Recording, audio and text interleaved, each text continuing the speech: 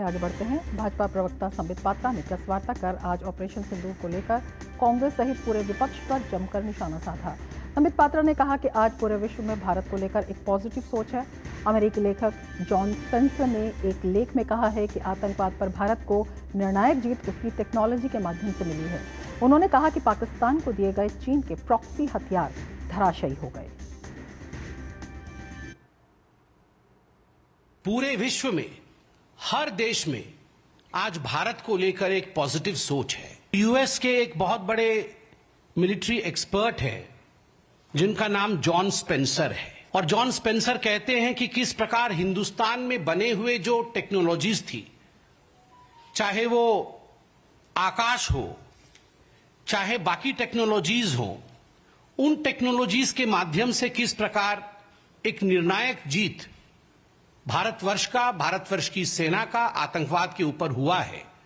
और वहीं चाइना के प्रॉक्सी वेपन्स को पाकिस्तान ने यूज किया और वो धराशायी हुई है।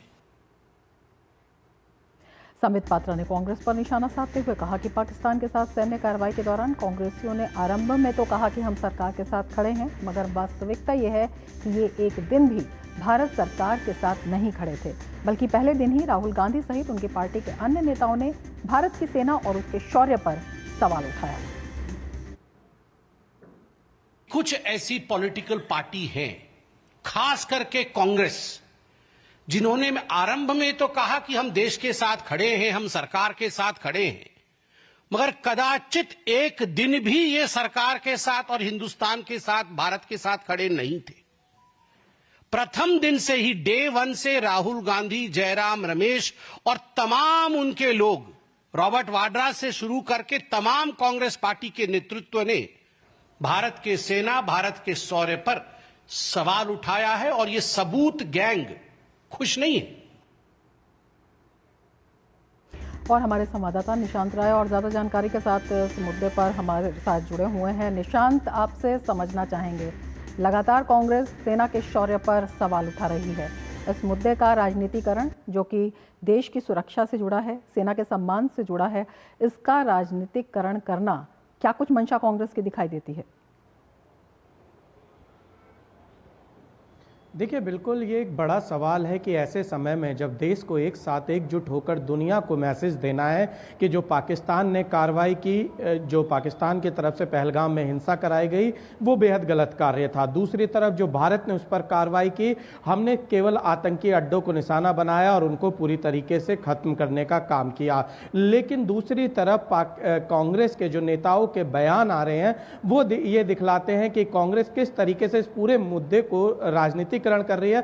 सबसे ज्यादा नुकसान इसका अंतर्राष्ट्रीय मंचों पर हो रहा है। कांग्रेस नेताओं के बयान अंतर्राष्ट्रीय मंचों पर पाकिस्तान की ओर से दिखाए जा रहे हैं, और जो भारत ने तमाम बातें कही हैं, जो भारतीय सेना की ओर से प्रेस कॉन्फ्रेंस की गई है, उसका कहीं ना कहीं पाकिस्तान इस्तेमाल करके, एक तरीके से कांग्रेस के नेताओं के बयानों का इस्तेमाल करके खंडन करने में कामयाब हो रहा है। तो चाहे जयराम रमेश हो, चाहे राहुल गांधी हो, चाहे रेवंत रेड्डी हो, कांग्रेस के 3 दिग्गज नेताओं के इस तरीके के जो बयान पिछले दिनों आए हैं, ये दिखलाते हैं कि पार्टी पूरी तरीके से एक बेहतर विपक्ष की जो भूमिका होनी चाहिए थी, उससे कहीं विपरीत जा रही है।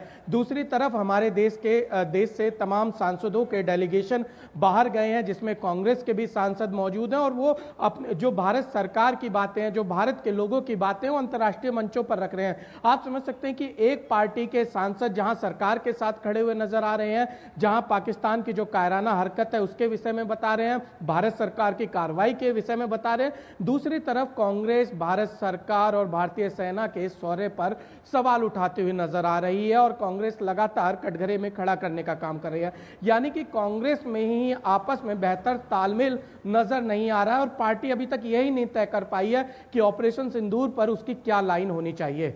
बिल्कुल निशांत, आपसे ये भी समझना चाहेंगे, जहां पर आज पूरा विश्व भारतीय सेना के शौर्य की बात कर रहा है, भारतीय जो नेतृत्व है उसकी रणनीति की बात कर रहा है, उसकी प्रशंसा कर रहा है, भारत के साथ खड़ा हुआ इस मुद्दे पर दिखाई देता है, वहां पर कांग्रेस का ये रवैया किस तरह से उसे अलग थलग भी कर रहा है, किस तरह से जो तमाम सवाल हैं, देश के तमाम सवाल जो हैं वो कांग्रेस के ऊपर उठते हुए दिखाई दे रहे हैं इन नेताओं की जिनकी आप बात कर रहे हैं?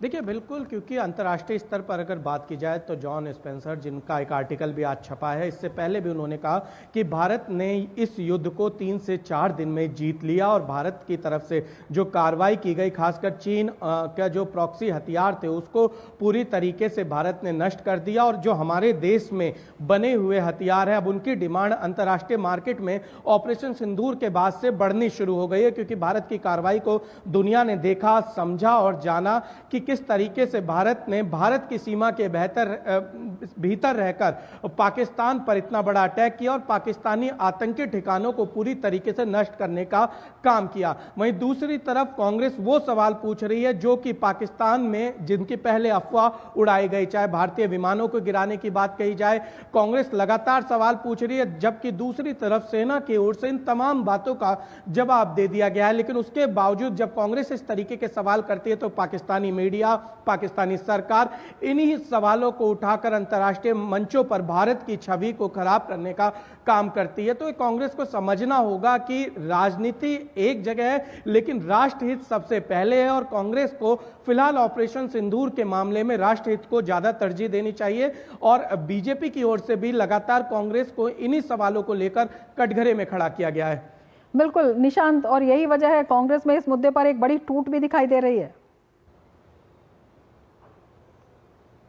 देखिए बिल्कुल फूट साफ तौर पर नजर आ रही है, चाहे शशि थरूर की बात की जाए या सलमान खुर्शीद की बात की जाए। कांग्रेस के कई सारे ऐसे नेता हैं जो ऐसे मामले में सीधे तौर पर सरकार और भारत की जनता, भारत की सेना के साथ खड़े हुए नजर आ रहे हैं। दूसरी तरफ कांग्रेस नेता राहुल गांधी या मीडिया इंचार्ज जयराम रमेश हो या रेवंत रेड्डी का बयान हो, यह दिखलाता है कि किस तरीके से इसका राजनीतिकरण किया जा रहा है। मैंने पहले ही कहा कि कांग्रेस ने अभी तक इंटरनल लाइन डिसाइड नहीं की है कि उसको ऑपरेशन सिंदूर पर किस तरीके से जाना है, क्योंकि इनके ही नेताओं में आपस में इनके बयानों में विरोधाभास दिखता है। लेकिन दिक्कत यह है कि इन बयानों का असर भारत में कम, अंतर्राष्ट्रीय मंचों पर पाकिस्तान भारत की छवि बिगाड़ने का काम कर रहा है और कांग्रेस को परहेज करना चाहिए, खासकर जब राष्ट्रहित की बात हो। बिल्कुल, कहीं ना कहीं ये जो बयान है ये बेतुके तो दिखाई देते ही हैं, ये राष्ट्र विरोधी भी दिखाई देते हैं निशांत।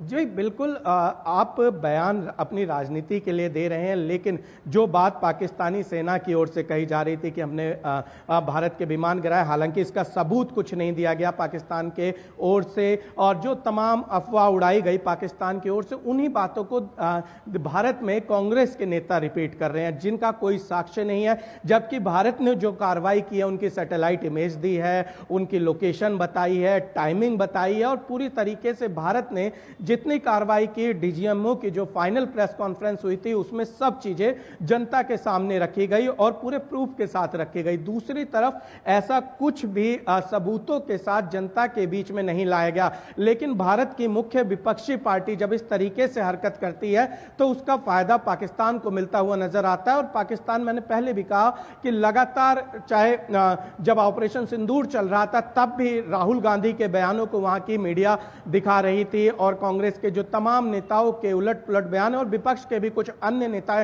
चाहे ममता बनर्जी की बात कर ली जाए, इनके बयानों को दिखा रही थी। एक बार फिर इस तरीके के जो बयान आने शुरू हुए हैं वो देखने में आ रहा है कि पाकिस्तानी मीडिया और पाकिस्तानी सरकार उनका इस्तेमाल कर रही है। बिल्कुल, इन सवालों से कांग्रेस पर ही कई सवाल जो हैं वो लगातार खड़े हो रहे हैं। बहुत शुक्रिया निशांत तमाम जानकारी के लिए।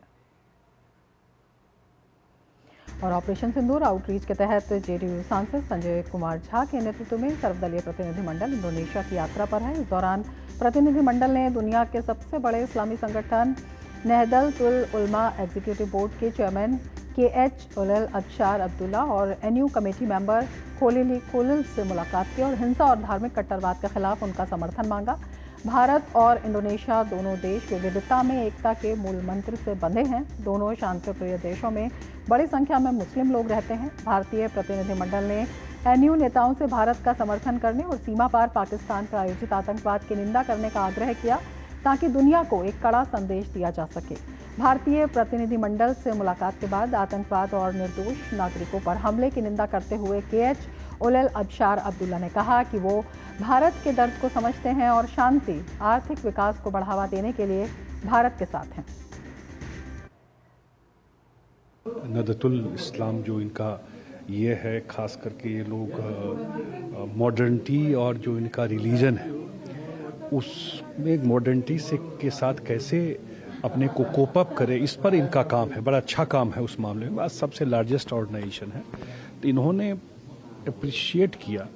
हाँ, उन्होंने कहा कि हम खुद मुस्लिम हैं, हम समझ सकते हैं कि क्या हुआ होगा वहाँ पर, और इस पेन को भी समझ सकता है इंडिया का। हम लोगों ने रिक्वेस्ट किया कि जो ओआईसी वाला मंच जो है, जहाँ इंडिया नहीं रहता है और इंडिया में जो मुस्लिम है वो पाकिस्तान से ज़्यादा है, इंडोनेशिया के बाद सबसे ज़्यादा है, तो वो इंडिया को पाकिस्तान वहाँ मोबिलाइज करके इंडिया के खिलाफ रेजोल्यूशन पास करा देता है। तो उसमें आप भी जगह जगह जाते हैं तो अपनी बात रख के इंडियन पॉइंट ऑफ व्यू भी आना चाहिए, और पाकिस्तान इसमें से, तो उन्होंने इस बात को अप्रिशिएट किया। India and Indonesia have gone through this challenge of terrorism. So I share with our colleague from Indian Parliament members our experience in tackling the problem of extremism, and I think both countries have similar desire, which is to achieve highest percentage of economic development, stability, political stability, and also peace and harmony. NCP सांसद सुप्रिया सुले के नेतृत्व में सर्वदलीय प्रतिनिधिमंडल Ethiopia के अद्दिस अबाबा के लिए रवाना हुआ। इससे पहले प्रतिनिधिमंडल दक्षिण अफ्रीका के दौरे पर था। दक्षिण अफ्रीका में भारत के उच्चायुक्त प्रभात कुमार ने दल की यात्रा को सफल बताया। अच्छी मीटिंग्स हुई, पॉलिटिकल पार्टी से हुई, गवर्नमेंट से हुई, इंडियन कम्युनिटी से हुई, थिंक टैंक से मिले, और तो सभी को जो विचार भारत से आ रहा है उसको बताया गया और लोगों ने समझा और सॉलिडारिटी व्यक्त किया कि हाँ, जो भारत कह रहा है वो सही कह रहा है। तो इस तरह से अगर देखें तो बहुत ही सफल यात्रा रही है हमारे पार्लियामेंट्री जो डेलीगेशन की। भारत और दक्षिण अफ्रीका का संबंध बहुत पुराना है और अपार्थाइड के समय में हम साथ में थे, हमने उनका साथ दिया था, इसलिए वो अफ्रीकन नेशनल कांग्रेस और साउथ अफ्रीका, दक्षिण अफ्रीका हम हमेशा हमारे साथ रहेगा। बीजेपी सांसद बैजयंत पांडा के नेतृत्व में सर्वदलीय प्रतिनिधिमंडल आज से अल्जीरिया की यात्रा शुरू कर रहा है। अल्जीरिया में अपनी 4 दिवसीय यात्रा के दौरान प्रतिनिधिमंडल पाकिस्तान प्रायोजित आतंकवाद के खिलाफ भारत का मजबूत संदेश देगा। इससे पहले ये प्रतिनिधिमंडल बहराइच, कुवैत और सऊदी अरब की यात्रा कर चुका है। हाल ही में हुई भारतीय प्रतिनिधिमंडल की सऊदी अरब की यात्रा बेहद सफल रही। इस दौरान रक्षा और सुरक्षा से लेकर व्यापार और आतंकवाद के खिलाफ गहरी रणनीतिक साझेदारी पर चर्चा हुई। सर्वदलीय प्रतिनिधिमंडल ने आतंकवाद के खिलाफ भारत के जीरो टॉलरेंस और किसी आतंकी घटना पर करारा जवाब देने का संदेश दिया। और पहलगाम हमले और ऑपरेशन सिंदूर के बाद भारत के 7 सर्वदलीय प्रतिनिधिमंडल साझेदार देशों का दौरा कर रहे हैं। इस वैश्विक आउटरीच कार्यक्रम के तहत भाजपा सांसद रविशंकर प्रसाद के नेतृत्व में सर्वदलीय प्रतिनिधिमंडल डेनमार्क के कोपेनहेगन पहुंचा। प्रतिनिधिमंडल का स्वागत डेनमार्क में भारत के राजदूत मनीष प्रभात ने किया।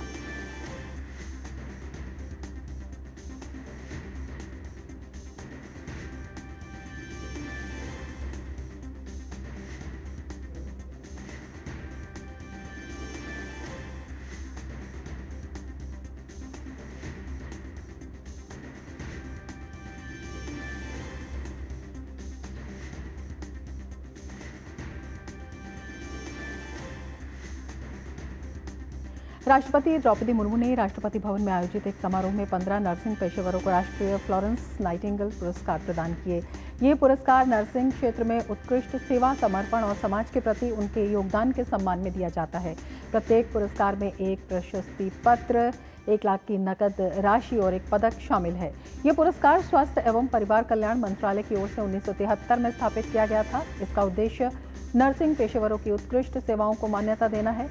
ये पुरस्कार समारोह नर्सिंग पेशे में उत्कृष्टता और समर्पण को प्रोत्साहित करने की दिशा में एक महत्वपूर्ण कदम है। नीति आयोग के सीईओ बीवीआर सुब्रमण्यम ने CII बिजनेस समिट 2025 को संबोधित करते हुए कहा कि देश की शिक्षा प्रणाली में सुधार के माध्यम से लोगों को विनिर्माण क्षेत्र की ओर आकर्षित किया जा सकता है। साथ ही उन्होंने कहा कि विकसित भारत के